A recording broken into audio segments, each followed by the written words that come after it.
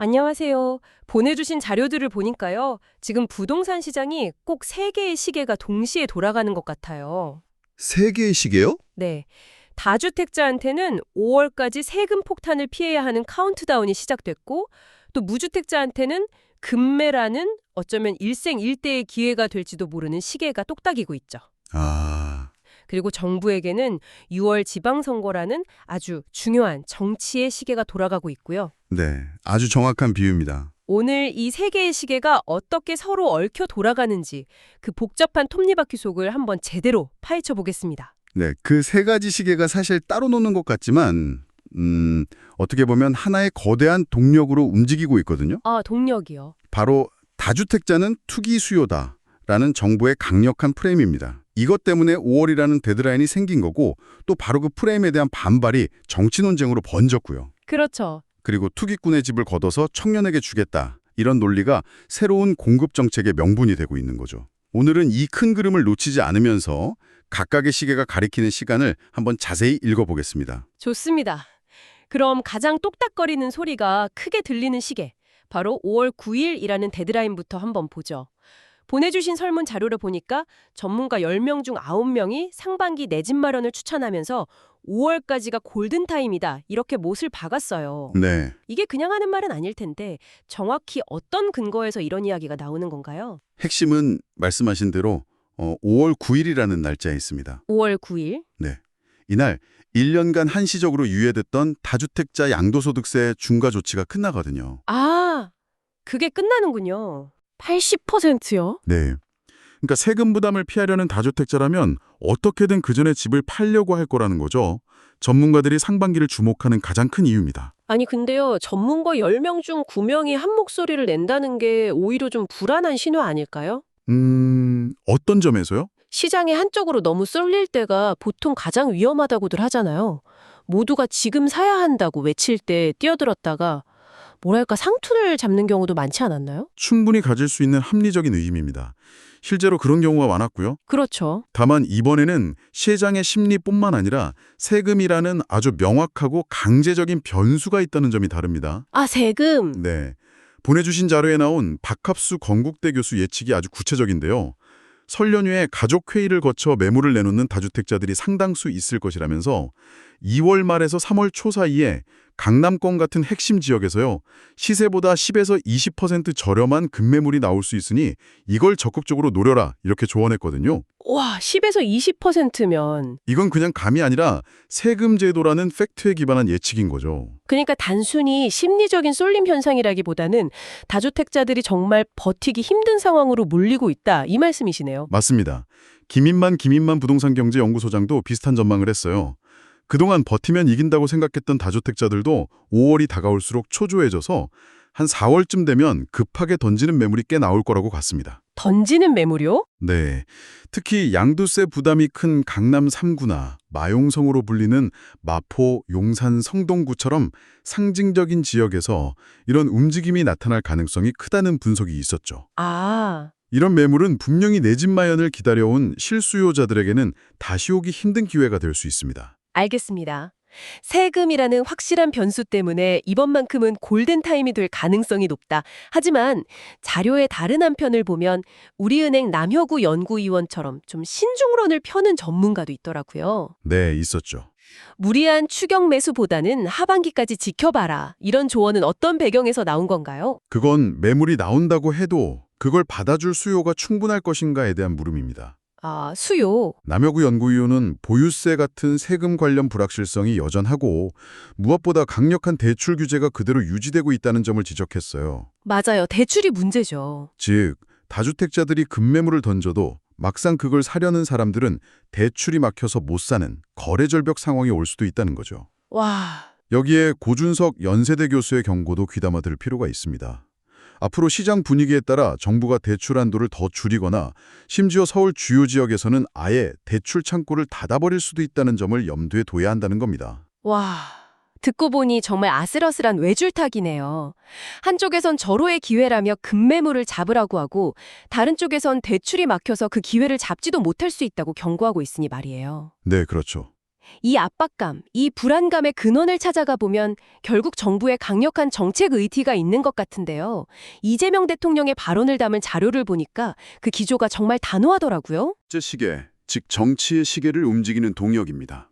아, 대통령은 집은 투기나 투자 수단이 아니라 기본적인 주거 수단이다. 이렇게 명확하게 선을 그었습니다. 네, 저도 그 발언 봤습니다. 여러 채의 집을 사모으는 행위가 집값 상승을 부추기고 그 결과 청년들이 결혼과 출산을 포기하게 만들고 종국에는 산업 경쟁력까지 갉아먹는 약간 사회학처럼 규정을 했죠. 그렇게까지요? 네. 그래서 다주택 보유에 대한 세금, 금융상의 특혜를 모두 회수하고 무거운 사회적 책임을 지우는 것이 공정하고 상식에 부합한다고 아주 강하게 강조했습니다. 단순히 정책 기조를 밝히는 수준을 넘어서 여기서 정말 흥미로운 지점이 나오잖아요. 대통령이 국민의힘 장동엽 대표를 공개적으로 저격했다는 점인데요. 아, 네. 그 사건이 있었죠. 주택 6채를 보유했다는 기사를 SNS에 공유하면서 국민의힘은 다주택자를 보호하며 기존의 특혜를 유지해야 한다고 보느냐고 대놓고 물었죠. 이건 그냥 정책 발표가 아니라 완전히 정치적 논쟁의 장으로 끌어들인 거잖아요. 정확합니다. 바로 그 지점에서 부동산 문제가 경제를 넘어서 이념과 정치의 싸움으로 번진 겁니다. 네. 장동엽 대표의 대응도 아주 인상적이었죠. 자신의 SNS에 낡은 시골집 사진을 올리면서 대통령 때문에 새해 벽두부터 불효자는 웁니다라고 응수했어요. 불효자는 웁니다. 그게 무슨 뜻이죠? 95살 노모가 사시는 시골집 때문에 어머니께서 세금 폭탄 맞는 거 아니냐고 걱정하신다는 의미였죠. 와, 그건 정말 생각지도 못한 부분이네요. 다주택자라는 단어 하나에 그런 사연이 있을 줄은. 그렇죠. 숫자 6채만 들으면 무슨 부동산 재벌 같지만 그 내용을 뜯어보니까 95세 노모가 사는 농가주택, 장모님 사는 아파트, 뭐 지역구 사후실용 아파트 이런 것들을 다 합친 거고 심지어 그 6채를 다 합쳐도 8억 5천만 원이라고 해명했더라고요. 네, 맞습니다. 듣고 보니 억울할 수도 있겠다는 생각이 드네요. 바로 그게 이 논쟁의 핵심입니다. 다주택자라는 프레임이 실제로는 얼마나 복잡하고 다양한 사연을 담고 있는지를 극명하게 보여주는 사례죠. 그렇네요. 과연 장 대표 같은 사례도 집값을 올리는 투기꾼으로 봐야 하는가, 아니면 복잡한 가족사와 직업적 특수성을 고려해야 하는가. 이 논쟁은 정부의 부동산 정책이 과연 누구를 겨냥하고 있는가에 대한 근본적인 질문을 던지고 있습니다. 정부의 전략은 다주택자, 투기꾼이라는 프레임을 확고히 하는 데 달려있다고 볼 수 있죠. 그렇게 다주택자를 세금과 정치적 프레임이라는 채찍으로 압박하는 동시에 정부가 당근도 하나 제시하고 있네요. 네, 당근도 있죠. 보내주신 129 대책 자료를 보니까 특히 자금 여력이 부족한 청년이나 신혼부부들을 위한 새로운 공급 계획이 있던데요.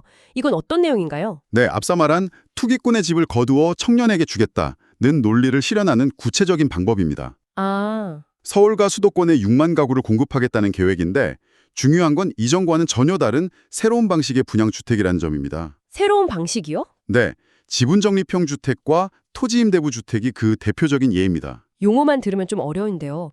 저희 청취자님을 위해서 좀 더 쉽게 설명해 주실 수 있을까요? 물론이죠. 지분적립형 주택은 말 그대로 집의 지분을 월급처럼 차곡차곡 쌓아가는 방식이라고 생각하시면 쉽습니다. 아, 지분을 쌓아간다. 네, 처음에는 전체 집값의 10%에서 25% 정도만 내고 일단 입주를 해요. 그리고 나머지 지분은 20년에서 30년에 걸쳐서 나눠서 취득하는 거죠. 오, 가장 큰 장점은 초기 목돈 부담이 적어서 무리하게 연끌 대출을 받지 않고도 내 집 마련을 시작할 수 있다는 겁니다. 최근에는 이런 주택에 청년 특별 공급도 신설해서 문턱을 더 낮췄고요. 그럼 토지 임대부 주택은요? 반값 아파트라고도 불리던데 이건 어떤 원리인가요? 이건 땅, 그러니까 토지는 공공, 즉 LH나 SH가 계속 소유하고 그 위에 지은 건물만 개인에게 분양하는 방식입니다. 아, 건물만? 네, 아파트 분양가에서 가장 큰 비중을 차지하는 땅값이 빠지니까 분양가가 주변 시세의 절반 혹은 그 이하로 뚝 떨어지는 거죠.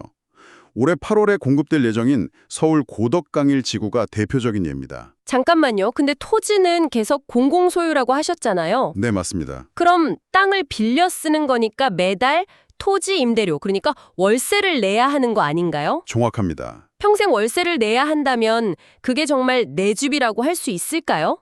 사실상 월세 사는 것과 비슷한 느낌일 것 같은데요. 바로 그 지점이 토지 임대부 주택의 가장 큰 딜레마이자 논쟁점입니다. 아, 명백한 장점과 단점이 공존하죠. 장점은 말씀드린 대로 압도적으로 저렴한 초기 비용으로 서울에 내 집을 마련할 수 있다는 것이고, 단점은 매달 수십만 원의 토지 임대료를 평생 내야 한다는 부담과 함께 나중에 집값이 올라도 땅값 상승분은 내 몫이 아니라는 한계가 있습니다. 그렇군요. 결국 지금 당장의 주거 안정과 미래의 자산 가치 상승 사이에서 어떤 것을 더 중요하게 생각하느냐에 따라 선택이 갈리는 모드인 셈이죠. 네. 이외에도 3기 신도시 분양이 올해부터 본격화되는데요. 3월 남양주 왕숙, 고양 창릉을 시작으로 올해 내내 수도권 주요 지역에서 공공분양 물량이 순차적으로 공급될 예정이니까요. 청년, 신혼부부라면 이런 새로운 공급 방식과 3기 신도시 분양 일정을 꼼꼼히 챙겨보시는 게 중요합니다. 아, 듣고 보니 더 복잡하네요. 한쪽에서는 지금 안 사면 평생 후회한다면서 5월까지 급매물을 잡으라고 하고, 다른 쪽에서는 섣불리 사면 대출에 발목 잡힌다고 하고, 정부는 또 완전히 새로운 형태의 집을 공급한다고 하니. 네, 정말 복잡하죠. 청취자님, 지금 머리 아프신 거 저도 똑같습니다. 이 모든 정보를 종합해서 결국 이 시장의 방향을 결정할 마지막 핵심 변수는 뭐라고 봐야 할까요? 보내주신 자료에서 전문가들이 공통적으로 꼽는 핵심 변수는 두 가지입니다. 네, 두 가지. 바로 이 모든 논의를 관통하는 보유세 문제와 세 번째 시기인 6월 지방선거입니다. 보유세와 지방선거. 첫 번째, 보유세는 지금까지 다주택자 규제에 초점이 맞춰져 있었잖아요. 네, 그랬죠. 그런데 앞으로 이 규제가 실거주하지 않은 1주택자에게까지 확대될지 여부가 시장에 엄청난 파급력을 가질 수 있다는 분석입니다. 1주택자까지요? 네, 그건 정말 차원이 다른 문제 같은데요.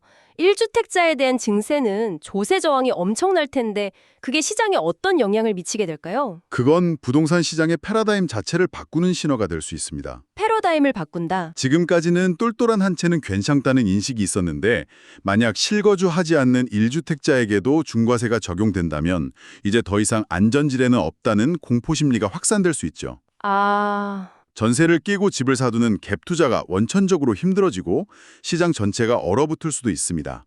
그래서 정부도 이 카드를 굉장히 신중하게 만지작거리고 있는 거고요. 그 신중함이 바로 두 번째 변수인 지방선거와 연결되는 거군요. 맞습니다. 한 전문가가 정부가 지금 전략적 모호성을 취하고 있다고 분석했던데요. 이게 구체적으로 어떤 의미인가요? 말 그대로입니다.